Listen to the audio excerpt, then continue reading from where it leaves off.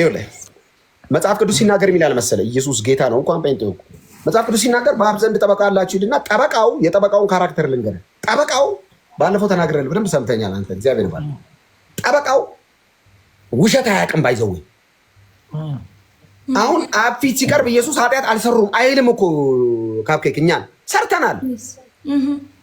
ግን ምን ይላል ኢየሱስ? ይሄው ክፍያ ይላል ደሙ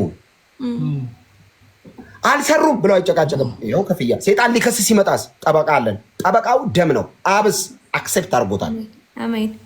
የኢየሱስን ደም አብ ያለምንም አቅም አንደኛ አለመቀበል አብ አይችልም። የልጁ ደም ነው፣ ንጹህ ደም ነው። ገብቶሃል?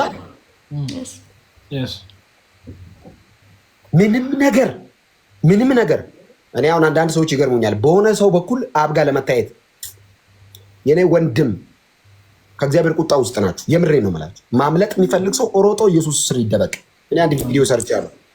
እኔ ኢየሱስን መቼ መሰለ ማውቀው እስካት 2 ጊዜ አውቀዋለሁ። አንደኛ ልሞት ስል ራሴን ላጠፋ ስል ነገሮች በጣም የጠመመውን ጊዜ አውቄያለሁ።